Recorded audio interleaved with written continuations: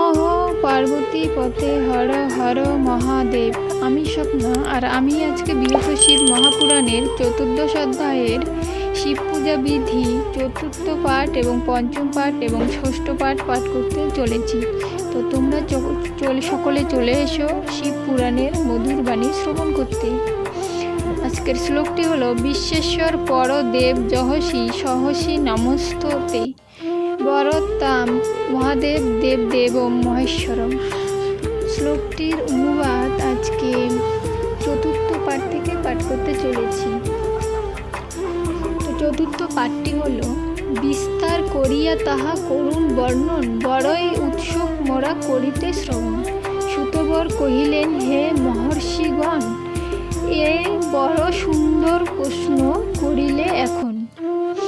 যিনি যেই লিঙ্গের পূজায় অধিকারী, কীর্তন করিব তাহা এক এক করি।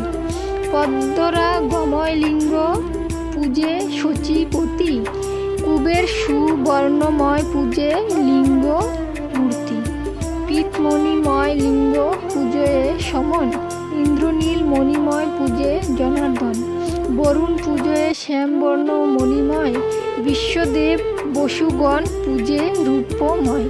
স্বর্ণময় শিবলিঙ্গ পূজে পদ্মাসন, পিতলের মূর্তি পূজা করয়ে প্রবণ।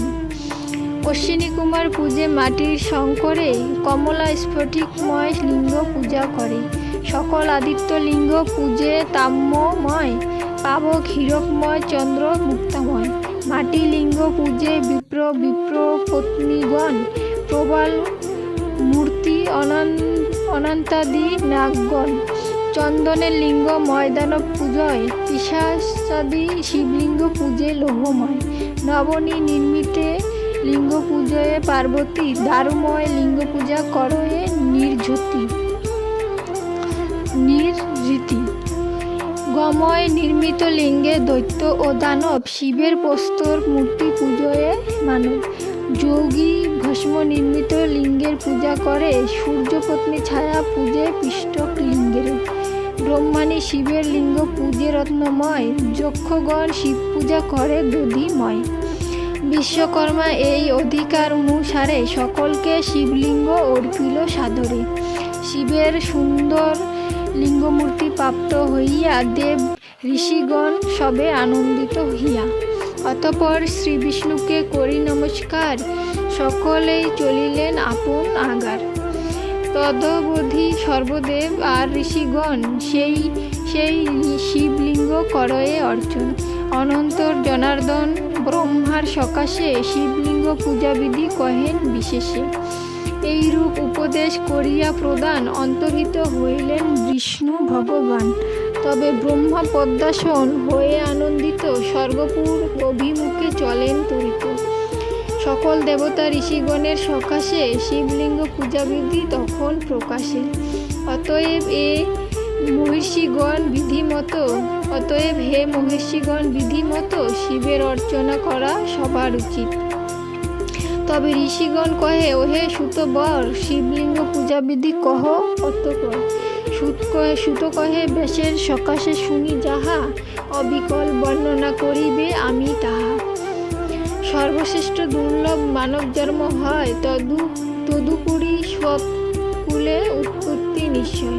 নিজ নিজ জাতি উক্ত শাস্ত্রের বিহিত কর্ম আচরণ করা সবার উচিত। যে জাতি যাহা ধর্ম রয়েছে বিহিত, কদাচ লঙ্ঘন তার না করা উচিত। কোনো কারণে তাহা হইলে লঙ্ঘিত, তাহা হতে অনিষ্ট ফল ফলিবে নিশ্চিত। শতকর্ম যোগ্য হতে এক তপযোগ্য, সর্বদাই শ্রেষ্ঠ হয় বুঝিবেন বিজ্ঞ। শত তপযোগ্য হতে শ্রেষ্ঠ জপযোগ্য, তাহার সহস্র হতে শ্রেষ্ঠ ধ্যানযোগ্য। ধ্যানযোগ্য হতে শ্রেষ্ঠ আর কিছু নাই, তাহা হতে জ্ঞানের সৃষ্টি জানিবে সদাই। যোগীগণ হৃদয়ে মাঝে ধ্যানের মাঝারে, পরব্রহ্মে দর্শন করয়ে নিরন্তরে। সমদর্শী ধ্যানযোগ্য রত যোগীগণ, যবে পরব্রহ্মে হৃদয়ে করয়ে দর্শন। সে সময় ভগবান শিব মহেশ্বর সে যোগী সন্নিহিত রহে নিরন্তর। জ্ঞানী ব্যক্তিগণের বহুল পরিণত জানে চিত্রাদি সকল শুদ্ধ রয় সর্বক্ষণে, তাই তাহাদের কোনো রূপ প্রায়শ্চিত্ত প্রয়োজন নাহি, তবে জানিবে নিশ্চিত। ব্রহ্মা বিদ্যাবিদ যোগীগণের অন্তর ওই বিদ্যা দ্বারা শুদ্ধ থাকে নিরন্তর। সেই কালে কিবা সুখ, কি দুঃখ, কি কর্ম, কিবা জপ, কিবা হোম, কিংবা ধর্ম কিছুই বিচার তার না থাকে কখনো, ধ্যানকে জ্ঞানবিধি করেন চিন্তন।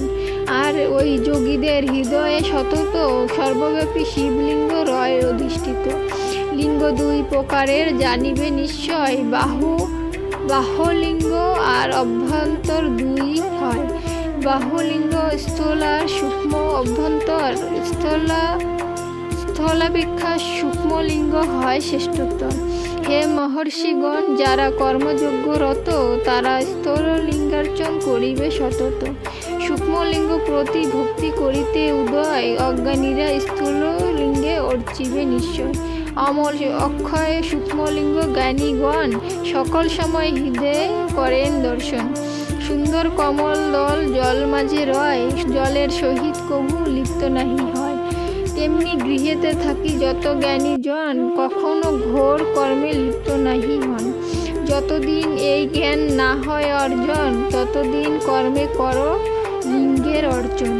এক সূর্য এক স্থানে অবস্থান করে, নানা স্থানে প্রতিবিম্ব নানা রূপ ধরে।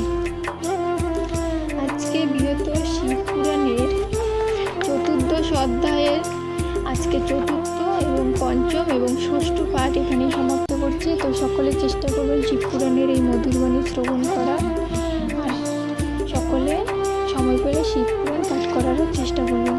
আজকে এখানে সমাপ্ত করছি। সকলে ভালো থাকবে।